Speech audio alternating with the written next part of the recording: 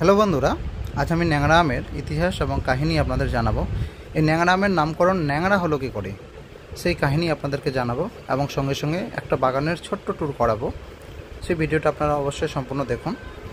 আমরা জানতে পারি যে উত্তরপ্রদেশের বানারসের, যেটা বর্তমানে কাশী নাম, সেখান থেকেই ন্যাংরা নামের উৎপত্তি। জানা যায় আজ থেকে প্রায় 250 থেকে 300 বছর আগে একটা ন্যাংরা ফকির সে বানারসে বসবাস করত।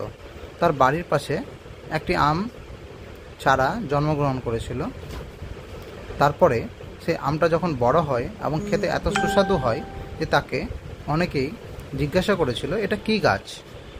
তখন অনেকেই লোকমুখ প্রচলিত হিসাবে সেই গাছটাকে তার বাড়ির আশেপাশে প্রতিবেশী লোকগুলো বলতো ন্যাংরা আম, মানে অর্থাৎ ন্যাংরার আম, মানে ন্যাংরা মানুষ যে ছিল, এক কথায় ন্যাংরা শব্দের অর্থ হচ্ছে বিকলাঙ্গ, সেই মানুষের যেহেতু বাড়িতেই গাছটা জন্মেছিল সেই জন্য এটাকে বলা হয় ন্যাংরা আম।